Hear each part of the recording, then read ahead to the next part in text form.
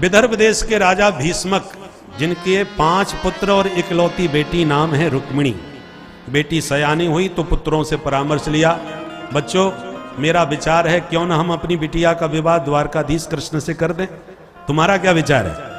तो बड़ा बेटा जो रुक्मी था वो नाम सुनते ही बिगड़ गया, पिताजी आप बुढ़े हो चुके हैं, अब आप विश्राम कीजिए, हम 5 भाइयों की इकलौती बहन है, उस भगोड़े के साथ आप विवाह करेंगे, अब ये दायित्व तो हमको दीजिए, हम सब संभालेंगे भगवान। तो राजा भीष्मक बोले ठीक है बच्चों तुम संभाल लो, इससे बढ़िया बात और क्या होगी, आज के बाद हम कोई चर्चा नहीं करेंगे, तुम्हें जहां अच्छा लगे करो। तो बड़ा बेटा उठ के चल दिया और शाम को घर आके कहता पिताजी बहन जी की परसों बारात आ जाएगी। कहां से? बोले मैंने संबंध किया है, कोई अरे गरे यहां थोड़ी करूंगा, चेदी नरेश दमघोष नंदन महाराज शिशुपाल से मैंने संबंध पक्का कर दिया है, वो परसों बारात लेके आ जाएंगे। बहुत अच्छी बात है, जो अच्छा लगे करो भाई।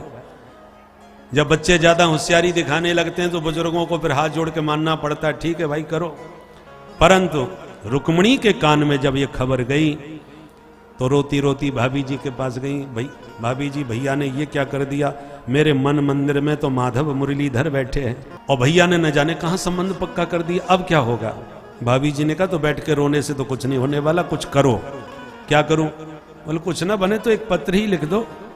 रुक्मिणी ने तुरंत 7 श्लोकी पत्र लिख करके एक ब्राह्मण को सौंपा और कहा महाराज ये पत्र नहीं अपितु मेरे प्राण ही हैं, मेरे प्रियतम प्रभु तक पहुंचा दीजिए। बोले देवी चिंता न करो। पत्र लेके ब्राह्मण ने दौड़ लगाई और द्वारकाधीश के दरबार में पहुंच गए। भगवान ने खड़े होकर स्वागत किया और हाथ पकड़ के अंतःपुर में ले गए, स्नान करवाया, भोजन पवाया, वस्त्रादि धारण करवाए नए, और फिर हाथ जोड़ के कहा अब बताइए महाराज कहां से आए? ब्राह्मण को बिना खिलाए पिलाए कोई बात नहीं करना चाहिए। बोलो राधे राधे। भूखा ब्राह्मण बहुत खतरनाक होता है। तो भगवान ने जब खिला पिला लिया तब प्रश्न कर रहे हैं अब आप बोलिए कहां से आए? तब पत्र निकाल के दिया। ब्राह्मण ने कहा महाराज आप पढ़ लीजिए, सब समझ में आ जाएगा क्योंकि समय बहुत कम बचा है। भगवान बोले ऐसी बात है तो आप ही पढ़ दीजिए। नहीं नहीं महाराज आपका व्यक्तिगत पत्र है, आप ही पढ़ो तो ज्यादा उचित होगा, ये राजनीतिक पत्र नहीं है। भगवान बोले ब्राह्मण मेरे इष्ट देव हैं, ब्राह्मणों के बीच में क्या पर्दा, मैं चाहता हूं ये पत्र आपकी ही वाणी से मैं सुनूं। तो ब्राह्मण भी गदगद हो गए, महाराज लीजिए हम सुनाई देते। पत्र निकाला, पढ़ना प्रारंभ किया। श्रुत्वा गुणान भुवन सुंदर शृण्वतां ते निर्विश्य कर्ण विवरै हरतोंगतापं रूपं वृषां वृषमताम् अखिलार्थलाभं त्वय्यच्युता विशति चेत्रमपत्रपं। रुक्मिणी पत्र में लिख रही हैं, हे भुवन सुंदर, हे अच्युत, मैंने आज तक कभी नहीं देखा आपको, पर तब गुणान श्रुत्वा, आपकी कीर्ति इतनी सुनी है, महिमा इतनी सुनी है कि मेरे चित्त की भित्ति पर आपका मैंने चित्रांकित कर लिया है। परंतु कान तो तृप्त हैं सुन सुन के, पर नेत्र तरस रहे हैं आपकी छवि निहारने के लिए। रूपम दृशाम दृश्यमताम अखिलार्थ लाभम, नेत्र जब तक आपके रूप सौंदर्य का दर्शन नहीं करेंगे तब तक अतृप्त रहेंगे। मैं जानती हूं कि आपकी समता संसार में कोई स्त्री नहीं कर सकती, फिर भी मैंने आपको अपना सर्वस्व मान करके ये पत्र लिख दिया है। आप सोच रहे होंगे कि जिसने देखा तक नहीं उसने पत्र क्यों लिख दिया? ये मेरी व्यवस्था है, क्योंकि परसों ही मेरा पाणी ग्रहण करने कोई आ रहा है, तो शेर के भागों को कहीं गीदड़ उठा करके न ले जाएं, इसलिए समय से पहले आइए, मेरा पाणी ग्रहण करके मुझे यहाँ से ले जाइए।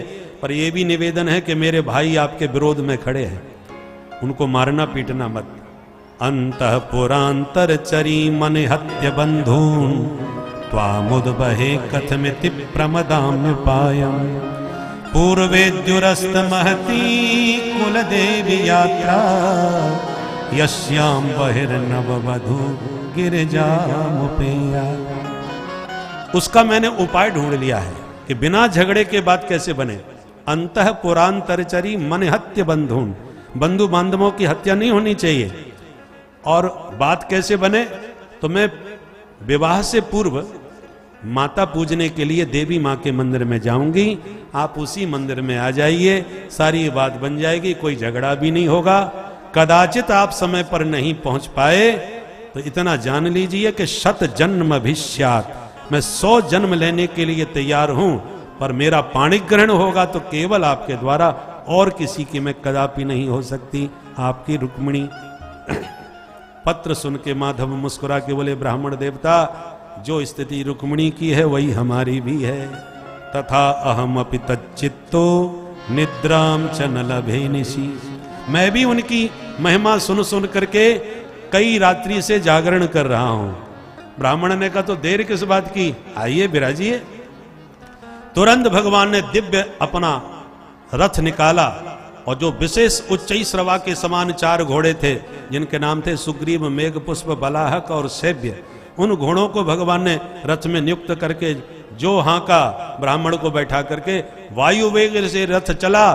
दाऊ दादा ने देख लिया, अरे कन्हैया, तब तक तो रथ गायब। दाऊ जी चिंता में पड़ गए कि आज तक कृष्ण कभी मुझे बताए बिना कभी नहीं गया, पहली बार मुझसे बिना कुछ बताए चुपचाप निकला, कुछ गड़बड़ जरूर है। सेवकों से समाचार मिला कि कोई ब्राह्मण देवता आए थे कुंडनपुर से। अरे दाऊ जी बोले, मुझे याद है कि कुंडनपुर की राजकुमारी का परसों विवाह है और वहां से कोई निमंत्रण नहीं आया है, तो अनाहूत ये क्यों जा रहा है, कुछ गड़बड़ जरूर है। चलो, तुरंत अपने हल मूसल उठाए, पूरी नारायणी सेना साथ में ली, दाऊ जी ने दौड़ लगाई पीछे पीछे। सवेरा होते कुंडनपुर की सीमा में रथ पहुंच गया। भगवान बोले, ब्राह्मण देवता, अब जाओ, रुक्मिणी को समझाओ, हम तैयार मिलेंगे मंदिर में, हम यहीं खड़े हैं। पंडित जी डंडा घुमाते हुए निकल पड़े। उधर बैंड बाजे के साथ बारात लेके शिशुपाल पहुंच गया।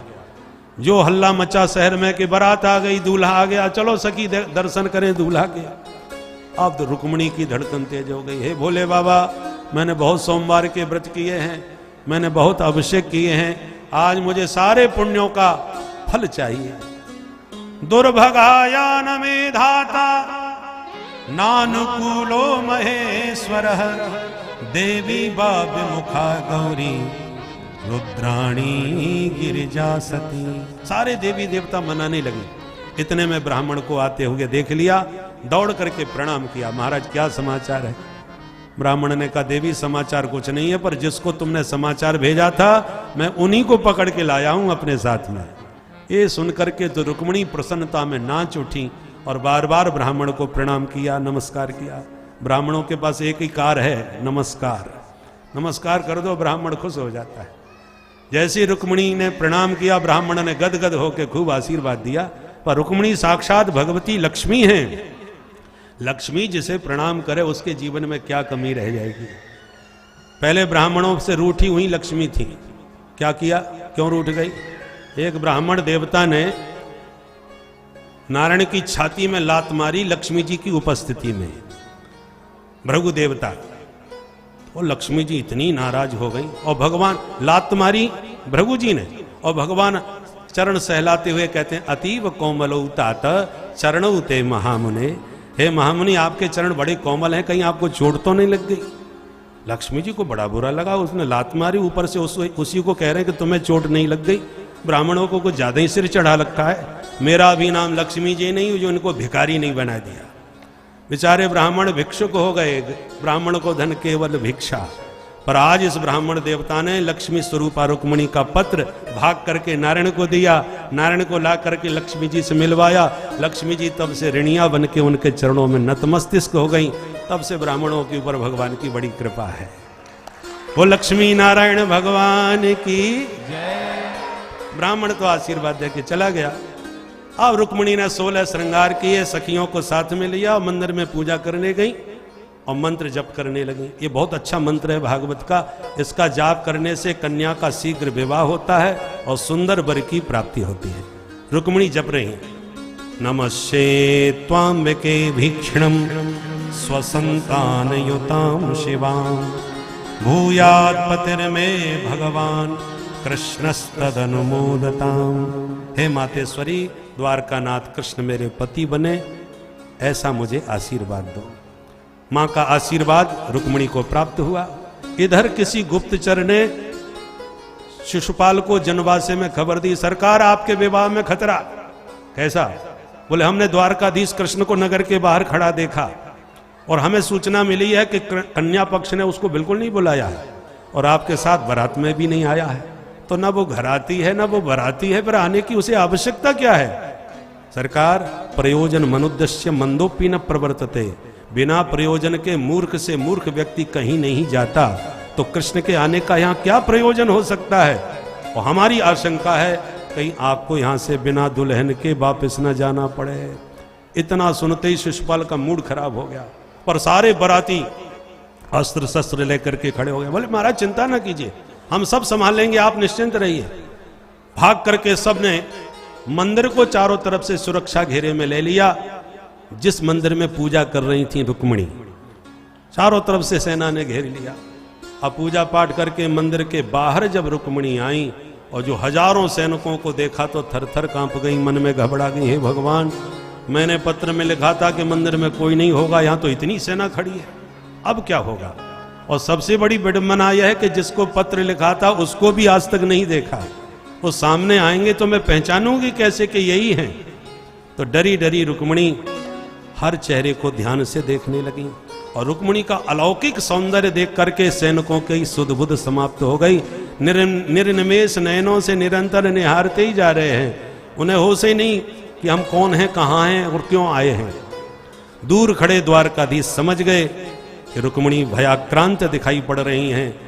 काबर साजब कृषि सुखानी, कहीं विलंब न हो जाए, इसलिए तुरंत भगवान रथ से नीचे आए और जो सैनिक सुरक्षा में खड़े थे उन्हीं के साथ खड़े हो गए। घूमती हुई रुक्मिणी की दृष्टि जिस सैनिक पर टकराती है और जिज्ञासा से देखने लगती है कहीं यही तो नहीं है, वही सैनिक समझ बैठता है हम भी किसी से कम नहीं है। पर घूमती हुई दृष्टि जब द्वारकाधीश से टकराई, आंखें चार होते ही माधव ने मुस्कुरा के हाथ हिला दिया, घबराओ मत, हम ही हैं। एकदम दृष्टि पड़ते ही रुक्मिणी पहचान गई, यही मेरे प्राण वल्लभ प्रियतम द्वारिकानाथ हैं। भय तुरंत भाग गया, मुख पर मंद मुस्कुराहट रुक्मिणी के छा गई। मुस्कुराती हुई रुक्मिणी को देखकर सैनिकों के बचे खुचे होश भी समाप्त हो गए। भगवान सबके बीच में से निकल करके रुक्मिणी के पास पहुंच गए, हाथ पकड़ के पाणी ग्रहण करके रथ की तरफ ले जाने लगे और चित्रलिखे से सैनिक सब देख करके आपस में बातें करे, चाल देखो कितनी निराली है, एकदम हंसगामिनी है। और ये होश ही नहीं कि हो क्या रहा है। हाथ पकड़ के भगवान ने रथ में बैठा दी रुक्मिणी जी को और स्वयं भी बैठ गए। चाबुक घुमाया, घोड़े हवा में उड़ गए। सैनिक बोले देखो देखो रथ की चाल देखो, घोड़ों की चाल देखो, भाई गजब हो गया, ऐसे सुंदर घोड़े भी आज तक हमने कभी नहीं देखे। और जब दूर तक रथ चला गया तब धीरे धीरे होश आए। एक बोला वो तो सब ठीक है पर हम लोग क्यों खड़े हैं? एक बोला हाँ किसी काम से तो आए थे। तब तक एक बोला मैं समझ गया, हम लोग रुक्मिणी की रखवाली के लिए आए थे ना। तो कहाँ है रुक्मिणी? सखियां जो खड़ी थी वो बोली कि भांग पी के चले थे क्या? रुक्मिणी वो गई उनके साथ। तब होश आया, अरे लेगो लेगो, पकड़ो पकड़ो, भागो भागो। पीछा किया सैनिकों ने, हे भगोड़े कहाँ भागता है, खड़ा रहे चिल्लाने लगे। भगवान ने तुरंत रथ मोड़ लिया और रथ युद्ध के लिए तैयार हो गए। सैनिकों ने घेराबंदी चालू कर दी, घेर लो, पकड़ लो, मार दो, जिंदा न जाने पाए, चिल्ला रहे थे। तब तक दूर से आवाज आई, बोल द्वारिकाधीश की जय।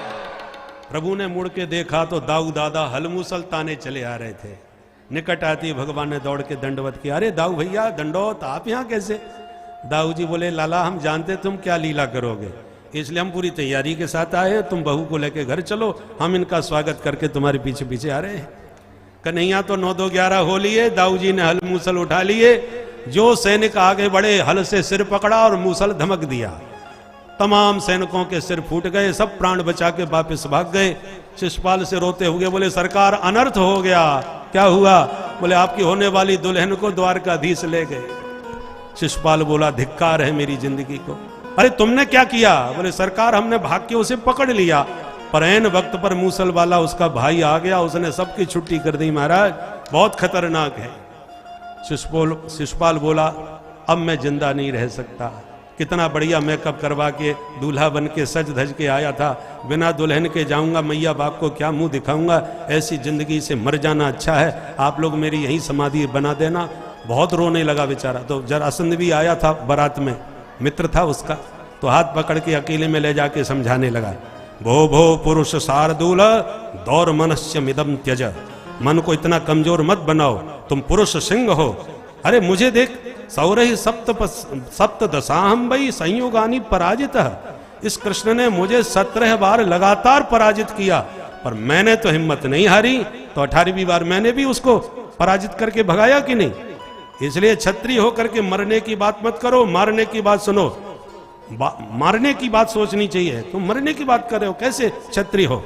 डांटने लगा, समझाने लगा। जब इस प्रकार समझाया कि मैंने हिम्मत नहीं हारी, तो एक बार में हिम्मत हार रहा है, तब शिशुपाल को शांति मिली कि हमसे भी बड़े बड़े बेशरम बैठे हैं भाई। ये 17 बार हार के नहीं मारा, तो हम पहली हार में क्यों मर जाएं। हिम्मत आ गई और दुल्हन के डोले में स्वयं बैठ गया और मुंह छुपा के रोते रोते बेचारा अपना घर गया। और तब से इतना शत्रु बन गया कि पानी पी पी के 100 गाली देता था द्वारकाधीश को। इधर भगवान द्वारकाधीश घर की तरफ आ रहे थे कि रास्ते में आकर के जो रुक्मी था, रुक्मिणी का बड़ा भाई, उसने पकड़ लिया भगवान को।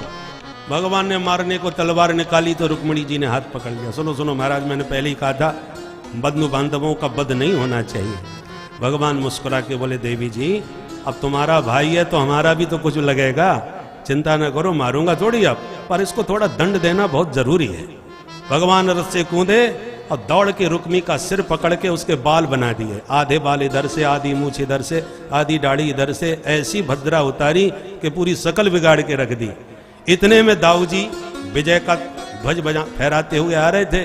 रास्ते में ये दृश्य दाऊ जी ने देखा तो दौड़ करके कन्हैया का हाथ पकड़ा और डांटते हुए कन्हैया से कहा, असाध्विदम त्वया कृष्ण कृतम स्म जुगुप्सितम बपनम स्मश्रु केशानाम वैरूप्यो सुहृदो बधः। तुमने ये बहुत निंदनीय काम किया है कृष्ण, विवाह के बाद साले साहब का सिर मुड़ के रख दिया, ऐसा कोई संबंध बनाता है क्या, ये कोई तरीका है। डांटने लगे, बड़े भाई है ना, डांटने का अधिकार है। तो कन्हैया धीरे से बोले, दाऊ दादा अब डांटना है तो घर में अकेले में जाके डांट लेना, नया नया विवाह हुआ है, बहू के सामने बेइज्जती कर रहे हो, थोड़ा तो ख्याल करो। इस ढंग से बात करी कि दाऊ जी को हंसी आ गई, सारी गुस्सा ठंडी हो गई। दाऊ जी शेषा बता रहे हैं, गर्म बहुत जल्दी होते हैं, पर कन्हैया ऐसी नटखट हैं कि कोई ना कोई बात कह के उनको खुश कर देते हैं। दाऊ जी तुरंत रुक्मिणी के पास आके बोले, देखो देवी, क्षत्रियाणाम अयम धर्म प्रजापति विनिर्मितः, विधाता ने हम क्षत्रियों का धर्म बड़ा कठोर बनाया है। सगा भाई भी यदि हमको चुनौती देता है तो युद्ध करना हमारा धर्म बन जाता है। अब तुम्हारे भाई ने हमारे भाई को चुनौती दी तो धर्म युद्ध हो गया, पर कोई बात नहीं। रुक्मी को भी बुला के समझा, भाई जो होना था हो गया, अब तो आप हमारे रिश्तेदार बन गए हो, इन सब बातों को मन से निकाल दो, गले लगो, प्रेम से घर जाओ। परंतु उसकी शकल इतनी बिगड़ चुकी थी, वो लौट के जिंदगी में कभी दोबारा घर गया ही नहीं। एक नया शहर बसाया, उसका नाम रखा भोजकट। भोजकट नाम के शहर में बस करके हमेशा के लिए वहीं का हो गया। भगवान इधर घर आए तो द्वारका वासियों को पता चला कि हमारे द्वारकानाथ दुल्हन लेके आ रहे हैं। तब तो घर घर में मंडप और उत्साह भर गया और दिव्य रूप से भगवान के विवाह का महोत्सव द्वारकापुरी में मनने लगा।